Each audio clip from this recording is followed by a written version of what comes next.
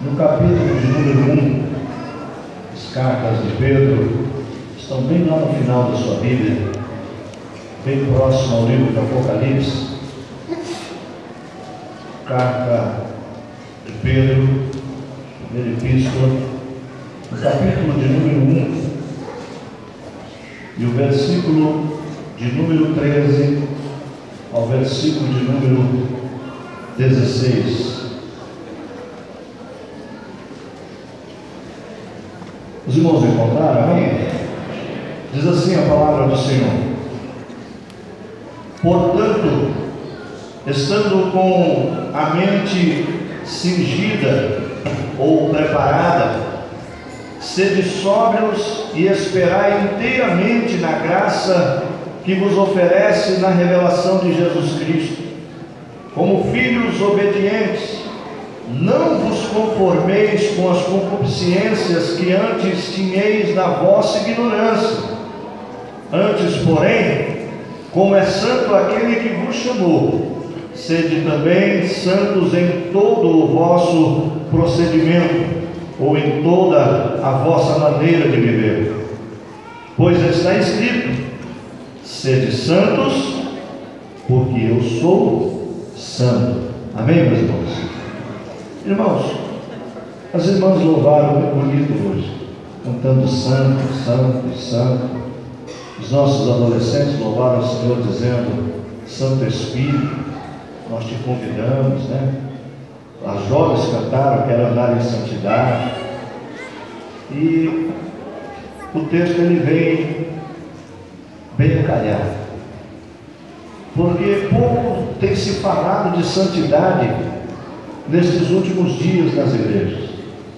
A gente está vivendo em dias em que tudo parece ser normal, tudo parece ser comum, tudo que a gente ouve de alguém que é repreendido por alguma coisa que ele está fazendo, o que a gente ouve é: não, deixa para lá, é assim mesmo.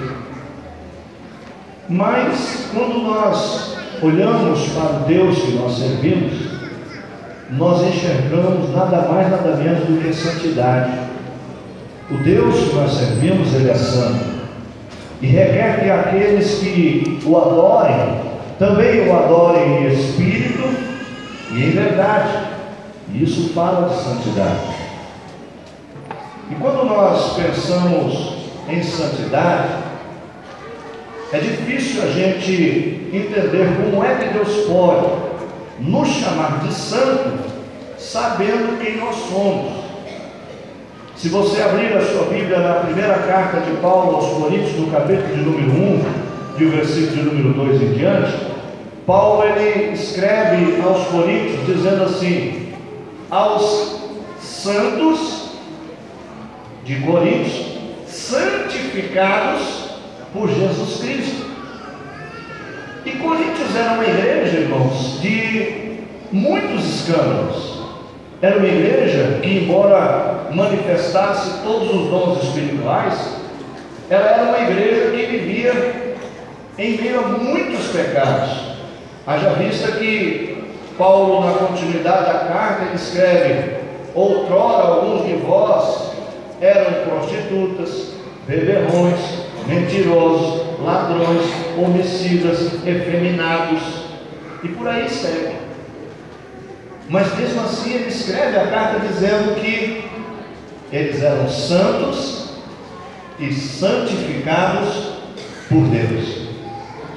Quando a gente observa a palavra do Senhor, a gente passa a ter uma preocupação no que significa ser santo.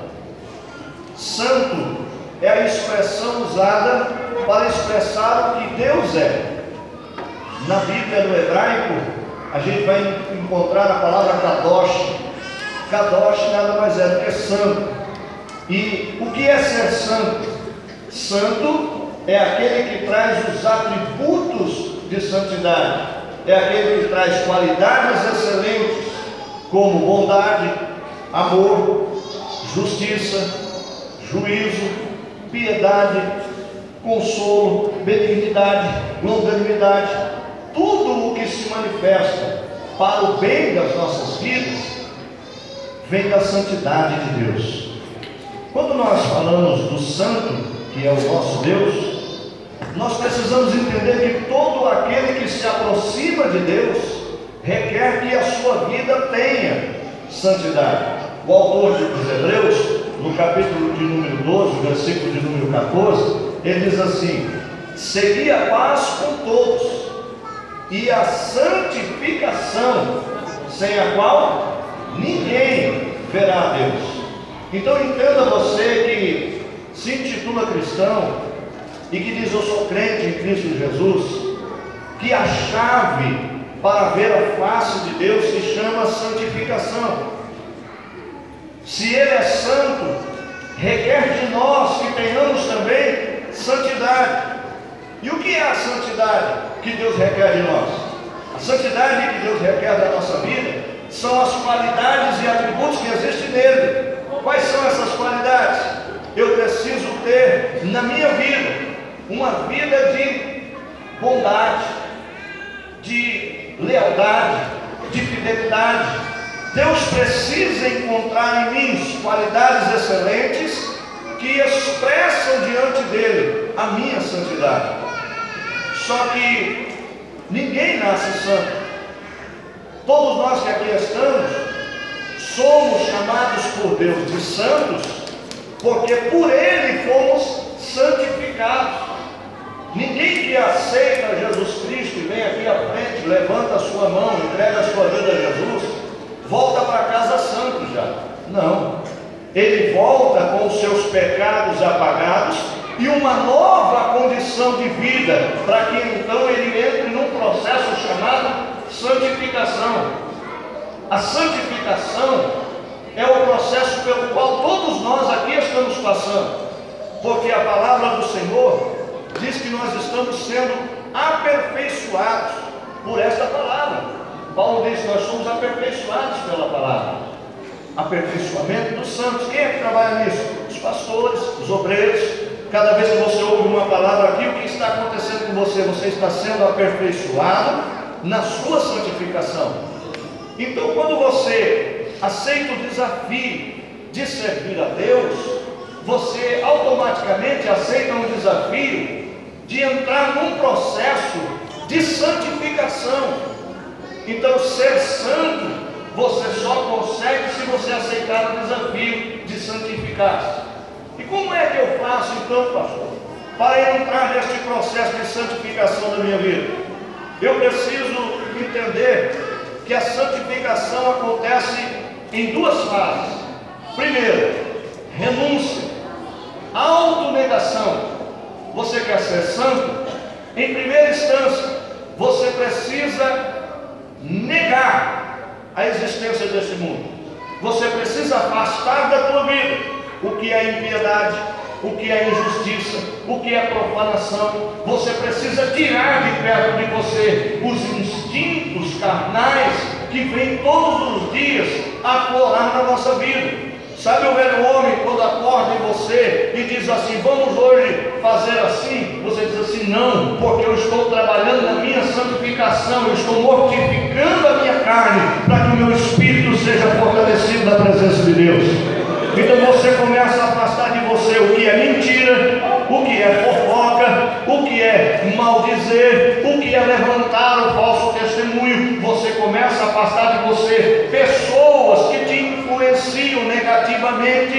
E infelizmente no processo de santificação, muitas vezes nós perdemos amizades, porque é difícil você santificar a sua vida e não incomodar o companheiro que outrora andava com você, ouvia as suas piadas, as suas conversas que não agradavam a Deus, e agora você muda o seu palavreado, muda o seu jeito, muda a sua forma de conduzir, muda a forma de se relacionar, e você está num processo de santificação. Deus está de olho em você, e muitas vezes o mundo quer que você volte para trás, e você bate firme o pé no chão dizendo assim: não, a minha vontade é até fazer, mas eu não vou fazer, porque eu vou entrar pelo caminho da vontade de Deus. Então, no processo de santificação, a primeira fase da nossa vida, qual é? É a autonegação. Eu vou dizer não para aquilo que a minha carne grita, aquilo que a minha carne está chamando para fazer. Eu digo não, porque eu tenho domínio sobre você, carne. Quem manda aqui dentro é o Espírito de Deus. Quando muitas vezes eu sentir desejo de fazer seja lá o que for, é eu quem vou tomar as rédeas da minha vida. A carne não vai gritar mais alto do que a presença de Deus na minha vida. A segunda fase da santificação é que não basta você afastar de você o que é ruim. É muito fácil você convencer alguém de que o álcool faz mal, de que se você usar drogas você vai ser dependente, de que se você se isolar do resto do mundo a depressão vai te pegar. Tudo que é mal, é muito fácil você convencer alguém. Olha, não chuta a sua canela no bico da porta, porque você vai quebrar ela. Não vou chutar. Isso é fácil. Então não basta você afastar o mal da sua vida, você precisa entrar numa segunda fase. Qual é a segunda fase? Buscar conhecimento da parte de Deus. A Bíblia diz que, lá na carta de Paulo a Timóteo, que nós somos santificados pela sua palavra. A sua palavra é a verdade. Quando é que nós santificamos a nossa vida? Quando nós temos um relacionamento íntimo com a palavra de Deus, quando nós gastamos o tempo da nossa vida nos aplicando a leitura diária da palavra de Deus. Você tem feito esse devocional na sua casa? Quanto tempo você tira da sua vida para meditar no versículo? Quanto você gasta do seu tempo com a Bíblia? Quantas vezes você senta num canto qualquer da tua casa e diz assim para a esposa: olha, me deixa aqui uns 15 minutos. Nós precisamos de ter essa relação com Deus. Então o processo de santificação da nossa vida, além de autonegação, porque Jesus diz lá em Lucas, no capítulo de número 9, versículo de número 24, que aquele que quiser seguir, tome a sua cruz de cada dia, negue-se a si mesmo, e aí depois então você vem e segue. Então este processo de santificação é um processo contínuo. É um processo que inicia no momento em que você levanta a mão aceitando Jesus, e só vai terminar quando o Senhor recolher você para a glória. Porque se nós já estivéssemos prontos na santificação, Deus já teria nos recolhido. Então você, negando a sua vontade, o desejo do seu coração, você entra no processo de santificação. Mas não pode ficar só nisso. Você precisa também, depois de negar as suas vontades, entrar por um caminho de buscar a Deus, de ter uma vida de devoção ao Senhor. Você precisa consagrar a sua existência em toda a vossa maneira de viver ao Senhor. Então nós, pensando nisso, a gente pensa que, para que eu vou me santificar? Por que de se santificar? Para que eu vou aceitar desafio de santificação? Ninguém tem pregado mais isso, ninguém fala mais disso. Isso é tolice. A gente vive como quiser, só vir adorar a Deus, entregar o nosso dízimo e Deus vai se agradar de nós. Não, não se engane. Deus requer de nós santidade. Mas para quê? Você, por certo, já cantou algumas vezes um louvor que diz: derrama a sua Shekinah sobre mim. Não é isso? Não conseguiremos ficar de pé, tamanha sua glória. Não é isso? Você já cantou Shekinah. Você vai vasculhar a Bíblia inteira e só vai encontrar no Velho Testamento. Só no Antigo Testamento tem a palavra Shekinah. Por quê? Porque era uma situação que acontecia de ano em ano, quando o sumo sacerdote vinha na presença de Deus apresentar os pecados do povo, ele entrava num lugar chamado Santo dos Santos. Como era isso? Existia um tabernáculo, uma igreja, e essa igreja era como os irmãos estão aí. Aqui ficavam as pessoas que vinham para oferecer o sacrifício, pedir a Deus alguma coisa. Aí passando para cá, ficava o pátio interno onde os sacerdotes trabalhavam, que era chamado de santo, lugar santo. E lá dentro depois da cortina, só entrava o sumo sacerdote. E este sumo sacerdote, por sua vez, ao entrar dentro da cortina, aquele lugar era chamado Santo dos Santos, ou lugar santíssimo. Era onde se repousava a arca, e dentro da arca havia as pedras da lei, o cajado de Moisés e um vaso de ouro com alguma coisa dentro, com tomilho. E ele entrava lá dentro. Só que esse sumo sacerdote, para entrar lá dentro do Santíssimo, ele tinha que se vestir ornamentado de uma roupa sacerdotal, e nesta roupa vinha pendurado algumas romãs, isso é, alguns chufares, alguns sinetes para fazer barulho, e ele ia amarrado pela cintura. Ao passar pelo véu, não era este véu que a gente está vendo aqui, não era esse fiapo de pano, não. O véu tinha mais ou menos uns 30 a 40 centímetros de espessura. O peso desse véu, mais ou menos umas 2 toneladas, e era carregado por juntas de bois. Quando ele entrava dentro do véu, ele passava esse véu para o lado de trás, lá dentro Deus vinha para responder a oração e aceitar o sacrifício. E quando a presença de Deus descia naquele lugar santíssimo, o sacerdote se alegrava de tal maneira que ele pulava, que ele gritava, que ele exaltava o Senhor, ele cantava, não sei se ele falava em línguas estranhas, ele batia palma, e ele chegava, irmãos, a um ponto de glória de Deus na vida dele, que ele caía exausto no chão, e muitas vezes alguém puxava ele para fora, aquela corda amarrada na barriga. Tamanha a glória de Deus que existia sobre a vida dele. Agora, o que isso tem a ver com nós? Se você vasculhar a Bíblia no Novo Testamento, você não vai achar a palavra Shekinah. Sabe por quê? Porque este evento não acontece mais. Olha, que é isso, pastor? Eu sinto a presença de Deus. Exato. A presença de Deus, que era manifesta no lugar santíssimo e só o sumo sacerdote recebia, não acontece mais em um lugar específico. A glória de Deus não é manifesta mais somente na igreja. A glória de Deus não é manifesta no congresso. A glória de Deus não é manifesta no Santo dos Santos e nem aqui em cima do altar. A glória de Deus passou a manifestar-se em mim, em você, em pessoas que santificam a sua vida e recebem de Deus a manifestação da sua glória e do seu poder. Louvado seja o nome santo do Senhor. Então, por que você não encontra mais essa palavra Shekinah no Novo Testamento? Porque agora a Shekinah de Deus é você, não é mais um lugar, não é mais um estabelecimento. A Shekinah de Deus é a vida do Levi, é a vida do Raimundo, é a vida da irmã Juliana, é a nossa vida. A Shekinah de Deus é onde Deus quer manifestar a sua glória. Agora, lá atrás era nos Santos dos Santos, o lugar santíssimo. E agora, para Deus manifestar a sua glória, Ele quer manifestar em mim e em você. Mas da maneira que estamos? Será que é de qualquer jeito? Será que nós vamos entrar na casa de Deus e achar que a glória de Deus se manifestará em nós, simplesmente porque eu vim para o culto?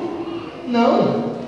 Neste processo de santificação da minha vida, eu estou preparando muito antes do culto, muito antes de pensar em vir adorar a Deus. Esse negócio começou na minha casa, ainda dobrando os joelhos, lendo uma palavra, orando ao Senhor, pedindo a Deus que falasse ao coração dos irmãos. O meu culto não começa quando eu entro por estas portas. O meu culto ele vai da hora que eu acordo à hora que eu vou dormir, orando em espírito, falando com o Pai, pedindo a misericórdia, intercedendo pelos irmãos. A glória de Deus se manifesta em mim quando eu estou dirigindo, vindo para cá, quando eu estou no trabalho, quando eu estou falando com um amigo. A glória de Deus, ela permanece na nossa vida e não no lugar que nós vamos chegar.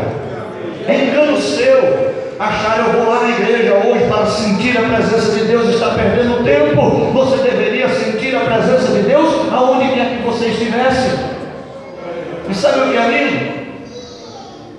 Nesta manifestação de poder de Deus, o sumo sacerdote fazia aquela agitação, todo mundo ouvia as suas romãs balançando lá dentro, o sino tocando para todo lado, até que parávamos, faziam um silêncio e puxavam ele para fora. E nesta era que nós estamos, a diferença é que ninguém precisa amarrar na minha roupa romãs, não tenho que carregar sinetes, eu não tenho que balançar nenhum chufalho para alguém entender que a presença de Deus está na minha vida, porque quando eu sinto a presença de Deus, ninguém precisa mandar, eu glorifico, eu exalto, eu bendigo, eu digo que Ele é santo, santo, santo, nós exaltamos e adoramos a Deus, é com a nossa boca, as romãs que saem de nós, e não são o aleluia, o glória a Deus, que nós damos durante o culto, louvado seja o nome santo do Senhor. Por isso, se você tem glória a Deus, dê glória a Deus. Se você tem aleluia, dê aleluia. Se você adora Ele, adore-o na beleza da sua santidade. Deixa eu te dizer uma coisa. Sabe o que me preocupa? É que a Shekinah de Deus hoje não é num lugar, é na minha vida, é na sua vida. E sabe o que muitas vezes a gente fica um tanto preocupado?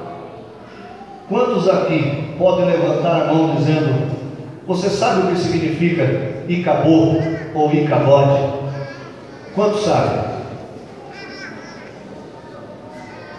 Perceba uma coisa: nós somos a geração que menos lê Bíblia, nós somos a geração que menos busca a Deus, nós somos a geração que menos gasta tempo com as coisas do Senhor. Nós somos uma geração que pouco está preocupada em dobrar os joelhos. Nós somos uma geração que nos acostumamos a entrar pelas portas do sacerdote, impor as mãos e a gente sair de posse de vitória. Mas a gente se esquece que existe um caminho para a bênção, que as nossas vitórias e as lutas que nós travamos, elas serão, irmãos, triunfantes, muito mais quando nós mesmos tomarmos posição diante de Deus e buscarmos a presença de Deus, fechando a porta do quarto sobre si, orando com a face no chão e apresentando a Deus as nossas necessidades. Mas a gente se acostumou, porque na televisão a gente vê: venha para cá hoje, porque hoje o milagre. Não, meu irmão. O milagre acontece é quando você se move em favor da sua vida e da vida de outrem. Deixa eu te dizer uma coisa: Icabode foi um episódio na Bíblia, está lá em 1 Samuel no capítulo 4, a partir do versículo 20 em diante, que quando os filhos de Eli têm uma ideia brilhante, ele diz: vamos levar a arca de Deus para a batalha, porque assim nós vamos sair vitoriosos. Meu irmão, você pode andar de Bíblia na mão, você pode dar testemunho de crente, mas se você não estiver na direção de Deus, nada vai acontecer de vitória na sua vida. Eles levaram a arca se garantindo de que levando a arca teria vitória, mas quando chegaram na batalha, eles perderam a batalha. Os dois filhos do profeta Eli morreram na batalha, e aí volta um moço correndo para casa, chama o profeta Eli e diz assim: olha, meu pai, os teus filhos morreram em batalha. E Eli dá um susto e inclina para trás, e ele diz assim: tem mais, levaram a arca de Deus embora. E aí Eli quebra a cadeira, cai de costa, bate com o pescoço na porta e morre instantaneamente. Você vê que desgraça? Na mesma hora está saindo a nora do profeta Eli, grávida, ouviu a notícia e começou a ficar de cócoras, e foi agachando e sentindo dores na barriga, expeliu a criança. E as mulheres que estavam ali ajudando, amparando ela a fazer aquele parto forçado, dizem para ela: olha, não se preocupe, não fique agitada não, porque te nasceu um varão, olha, fique feliz. Mas ela morrendo, a Bíblia diz que ela não fez caso disso, ela não se importou porque era menino ou porque não era, porque a única coisa que saiu da sua boca foi: Icabode, foi-se a glória de Israel. Sabe o que ela traduziu para nós? Não importava o que estava acontecendo naquele evento, não importa se a gente está tendo uma grande vitória, se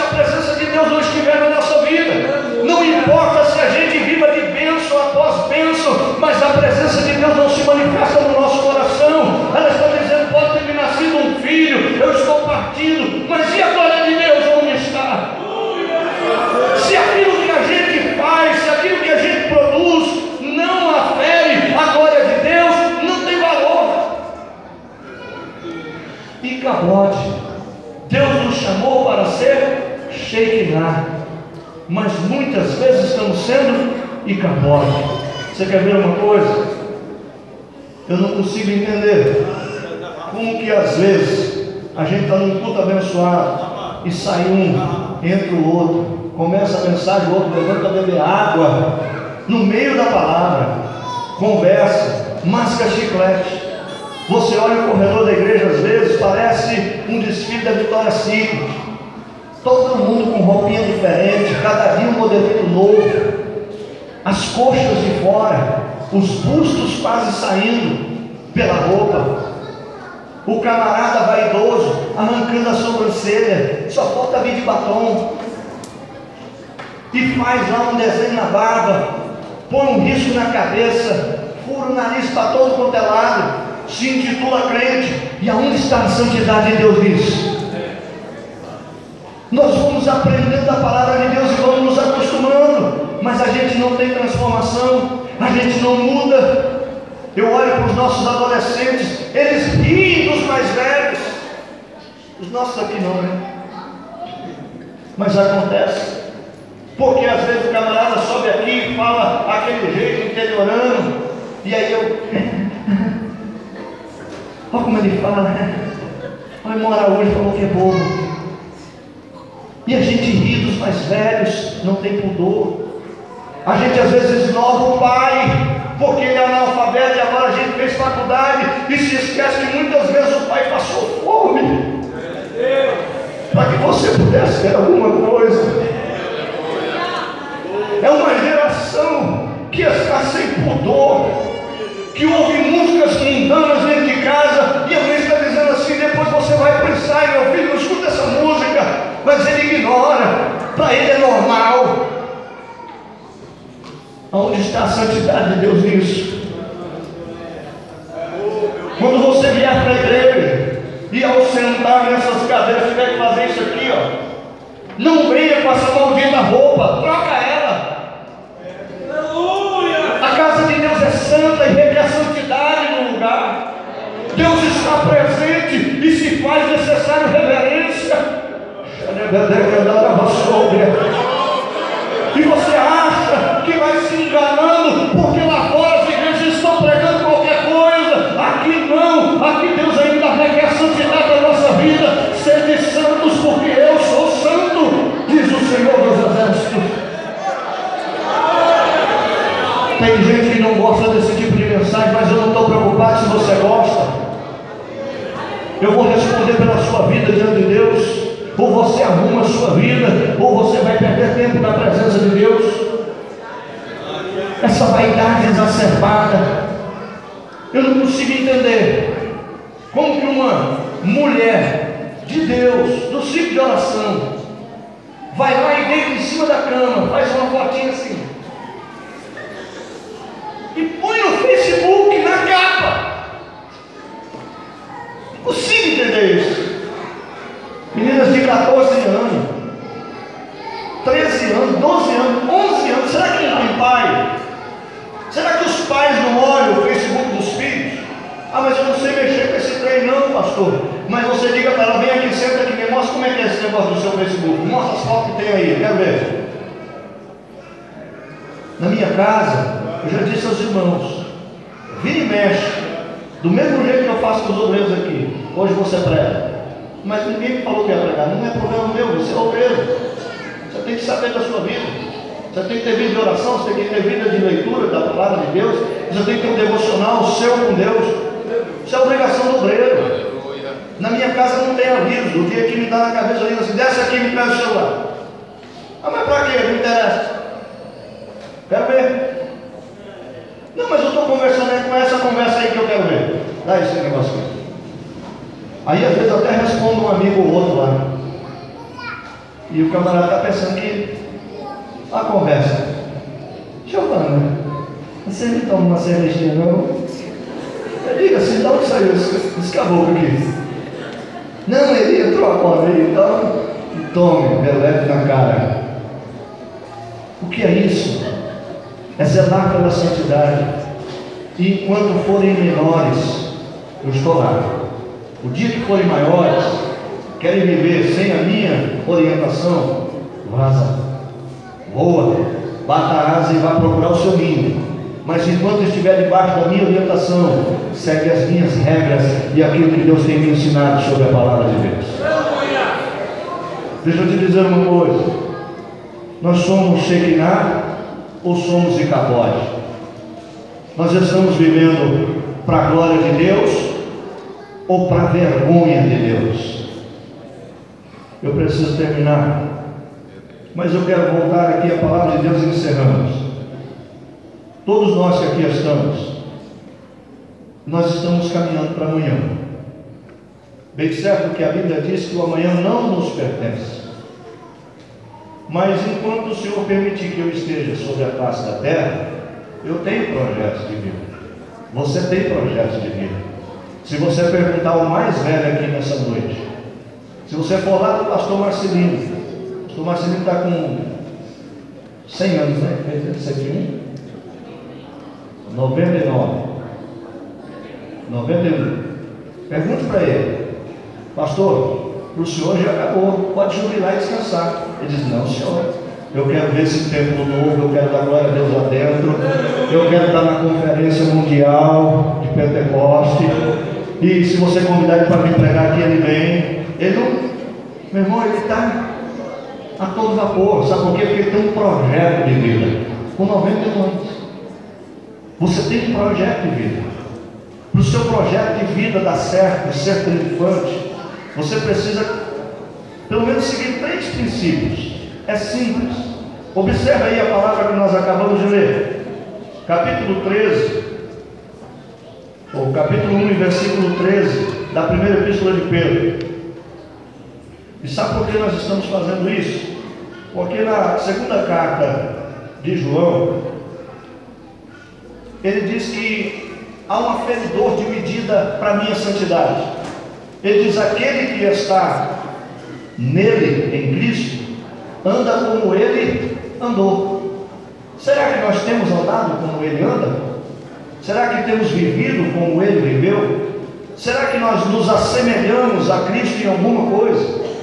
Será que quando as pessoas olham para nós no ambiente de trabalho, na escola, na faculdade, onde a gente quer que esteja, alguém olha para nós e diz assim: Deus é na vida dele, eu vejo que tem algo diferente? Ou será que quando alguém olha para nós e diz assim: quem será isso aí? Chegou fazendo essa zoada tremenda. Será que a gente não faz vergonha por aí às vezes? Escute bem uma coisa: portanto, estando com a mente cingida ou preparada, sede sóbrios e esperai inteiramente na graça que se vos oferece na revelação de Jesus Cristo. Algumas Bíblias dizem assim: com os ombros do seu entendimento cingido. O que é isso? Quando a gente fala de ombros, a gente fala de carregar a carga, suportar o peso. Quando você fala dos ombros da mente estando cingidos, é preparando a sua mente, preparando os seus pensamentos, revestindo eles, cingindo, moldando ele à vontade de Deus. Porque quando os seus pensamentos são cingidos por Deus, vem o que vier contra você, você refuta. Quando bate lá uma proposta, você diz: aqui não. Aí eu tinha um pastor que ele gostava de usar essa ilustração, né?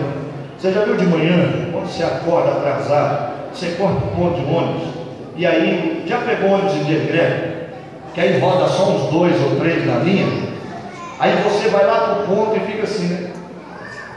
Aí quando o ônibus vem chegando assim, você fala: vai parar. Aí o motorista olha para você e fala assim, ó, e aí você fala: meu Deus. Aí você sobe 2 pontos para lá para tentar pegar, aí vem o próximo e ele vai embora.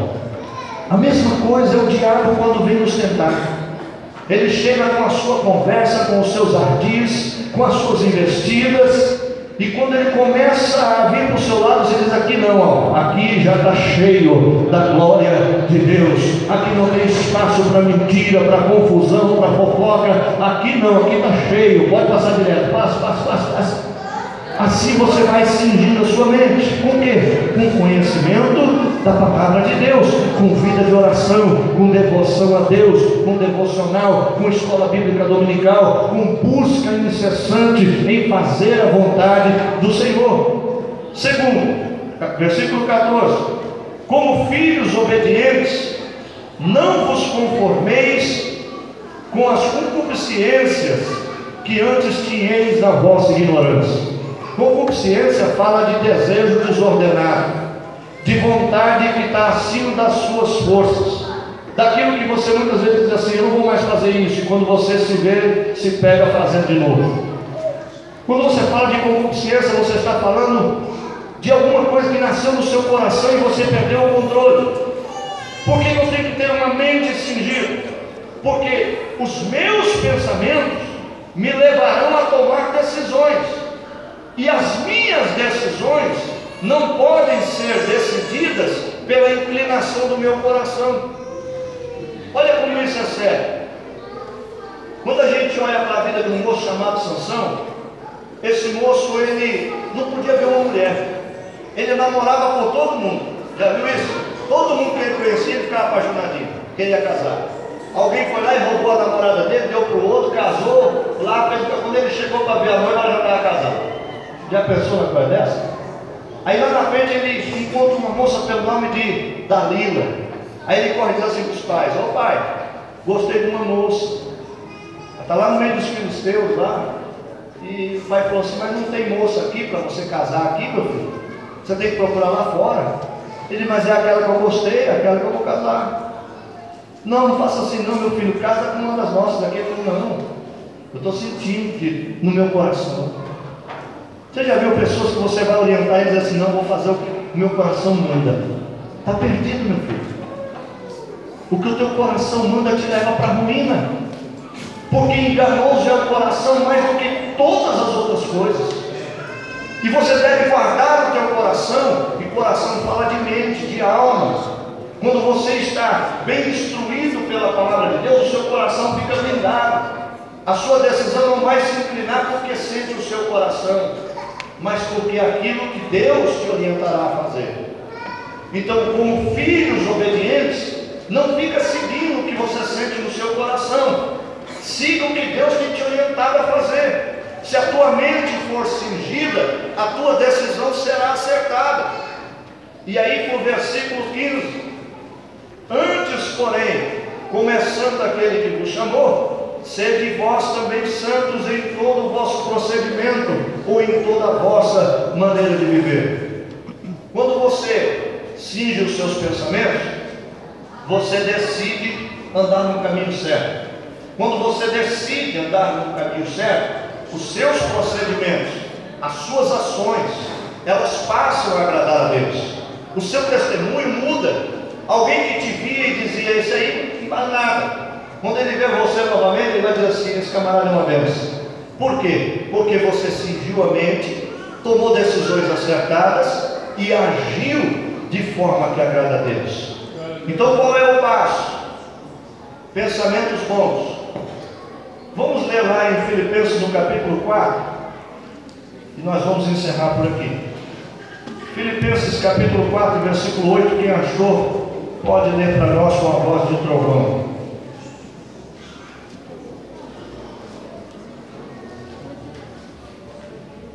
Filipenses capítulo 4, versículo 8. Alguém lê? Quanto mais, irmãos, tudo que é verdadeiro, tudo que é honesto, tudo que é justo, tudo que é puro, tudo que é amável, tudo que é de boa fama, se há alguma virtude e se há algum louvor, nisso pensai. Amém. Tudo que é de boa fama, tudo que é bom, tudo que é louvável a Deus, se isso traz louvor a Deus, pensa. Usa a sua cabeça para pensar em coisas que trazem louvores a Deus. É louvável a Deus pensar no que você está pensando? Continue pensando. Se algum pensamento que subiu no teu coração, você diz assim: Deus não se agrada disso, tire da tua vida, porque assim você vai estar guardando o seu coração. Decida obedecer a Deus como um filho obediente, porque José estava longe dos pais. diferente de Sansão, que viu Dalila e se enamorou, e você sabe muito bem como acabou Sansão, com os olhos furados, empurrando uma pedra de moinho, né? E depois foi morto no templo de Dagão. José não. José estava longe dos pais, não tinha o auxílio da família, estava dentro de um palácio, onde uma das mulheres mais bonitas do Egito mandou todos os criados embora e disse para ele: José, vem cá resolver um negócio aqui no meu quarto, deita-te comigo. Ele diz assim: não. Por que não? Porque ele tinha cingido a sua mente com uma promessa da parte de Deus. Ele diz assim: o meu Senhor aqui me pôs sobre toda esta casa, porém, ele disse, tem um limite, não toque na minha esposa. Bem sabia ele quem ela era, né? E ele diz assim: não vou tocar em você, porque fazendo isso eu desagradaria o meu Senhor e desagradaria o meu Deus. Sabe o que era isso? Mente cingida, coração decidido pelo certo, e as suas ações falaram mais alto do que a vontade daquela mulher irmã. Quando a gente olha para isso, a gente percebe, meu irmão, que o nosso testemunho, ele depende do que nós pensamos. O americano criou um adágio que diz que nós somos o que comemos. Não, você é o que você pensa. Aquilo que você pensa vai refletir as suas ações. Aquilo que você imagina no seu coração é que vai levar você a decidir pelo que é certo e pelo que é errado. E eu convido os irmãos a se colocarem de pé nesta noite. E eu quero nesta noite lançar aqui um desafio a você que entrou aqui. Eu sei que muitas vezes a palavra ela não agrada a todos, mas há um processo de santificação pelo qual você deve passar. Você perguntar para mim: pastor, você acredita que eu, na situação que eu estou, eu posso ser santo? Acredito. Porque por essas portas já entraram homens que eram viciados em droga, já entraram prostitutas, já entraram gente ruim, fofoqueiros do bairro, mas que aos poucos, no processo de santificação, foram negando essas ações e foram mudando a sua vida. Então não importa como foi que você chegou aqui hoje, porque Deus tem um processo de santificação para você passar.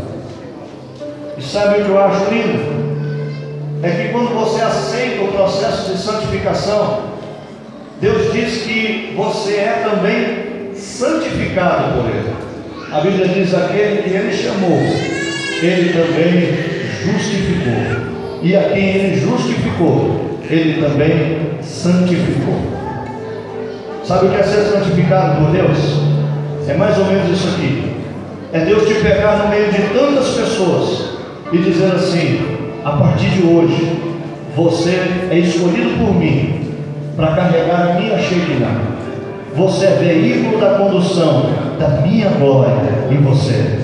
Eu te escolhi para te santificar. E este ato de santificar de Deus na sua vida é Deus vindo morar em você, fazer habitação em você, e as suas bênçãos te acompanharão.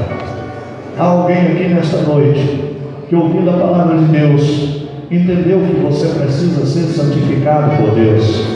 Você quer entregar a sua vida a Jesus? Aonde você está? Porque aquele véu que separava o povo da adoração, quando Jesus subiu ao madeiro e os seus braços se abriram, a Bíblia diz que ele deu um brado. Eu gosto dessa expressão. Ele deu um brado, dizendo: está consumado. Não foi o grito do moribundo, não foi o lamento do derrotado, foi o brado de vitória. Ele disse: está consumado. E na mesma hora a terra tremeu, o sol escureceu e o véu do templo foi rasgado de cima a baixo, como Deus dizendo: agora pode entrar. Você é a minha Shekinah. Eu não preciso mais de um lugar para estar. Você é templo da adoração de Deus. Aonde você está? Há alguém nesta noite que ouviu a palavra de Deus Quer fazer da tua casa, quer fazer da tua vida a casa de Deus? Aonde você está? Eu quero orar por você. Eu sei que é difícil, eu sei que dá uma vergonha tremenda, mas não saia daqui sem deixar que Jesus entre em você. Seria inútil passar uma vida inteira recebendo bênçãos e não ter a salvação. Aonde você está? Eu quero orar por você. Quem sabe alguém provou do amor de Deus, serviu ao Senhor em algum lugar, mas se afastou, quer voltar hoje à presença de Deus, é a sua oportunidade. Quer reconciliar com o Senhor? Aonde você está? Não há ninguém? Eu não vou mais insistir. Não há ninguém? Que Deus assim continue abençoando a sua vida e te conceda uma nova oportunidade. Deus abençoe. Meus irmãos, amanhã